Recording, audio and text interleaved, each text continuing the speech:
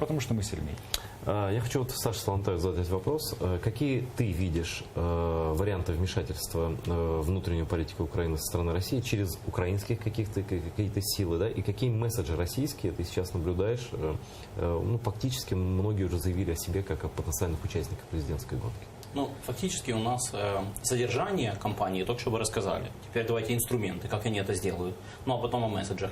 Инструменты будут телевизор и деньги. Два основных канала такого влияния, когда русские, как Кремль, как Путин, не как русские, как народ, не как россияне, как люди, а как конкретно задание Кремля, задание Лубянки, задание Дзержинки, задание всех структур, которые есть. И в главе с царем Путиным их не очень два четких канала внедрения в Украине. Первый канал – это телеканал.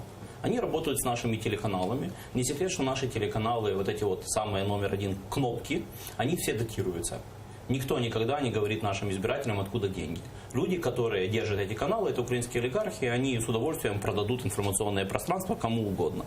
Для них это просто чисто бизнес. Подожди, то есть ты хочешь сказать, что они продадут именно вот как бизнес, и в плане бизнеса, они будут в этом участвовать как из личного интереса какого-то? Как бизнес кандидатам в президенты, которые закажут неограниченную телевизионную рекламу. То есть у них появится неограниченное количество денег для того, чтобы участвовать во всех ток-шоу, проплатить все новостные эфиры, проплатить все события, проплатить официальную рекламу, неофициальную джинсу, и это все появится на наших всех телеканалах.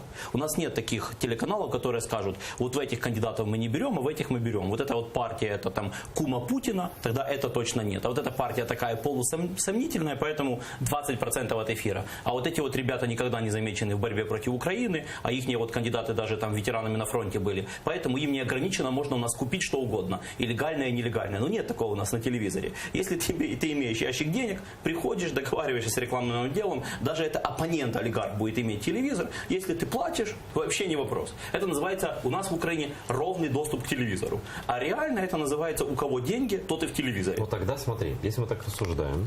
Кроме того, что у Путина еще свои телеканалы на территории Украины есть, которые он вообще датирует с самого начала. Но это каналы, которые сейчас уже начали легализироваться. Мы сейчас увидели, как, например, кум Путина Медведчук вступает в партию владельца телеканала, например, Ньюзвана. Да? Ну, то есть это же прямой намек на ответ на вопрос, кто будет теперь перекредитировать этот канал, если у этого канала украинские спонсоры откажутся его перекредитировать, если этот канал от самого начала был на украинских спонсорах. О чем мы снова таки не знаем. Это то, что мы в Украине не знаем, кому принадлежат каналы, а то, что телевизионные каналы не являются бизнесом, мы все знаем.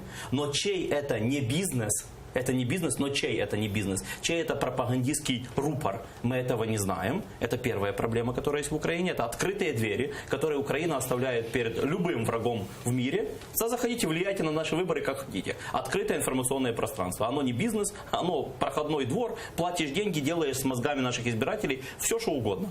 Вторая проблема, которая есть, еще одни открытые двери, которые остаются в Украине на всех выборах, это нал. Это черный нал, который представляет собой 99% всей избирательной кампании. Если мы посмотрим, как проходят в Украине выборы, это агитатор – нал, наблюдатель – нал, на палатке – нал, член избирательной комиссии. Все правильно, смотри. Даже мне говорили... Я кончил, короткая мысль. Ничто не мешает Путину сюда завести пару эшелонов любых денег, евро, доллар, любая валюта, гривна, и купить выборы, купить избирателей.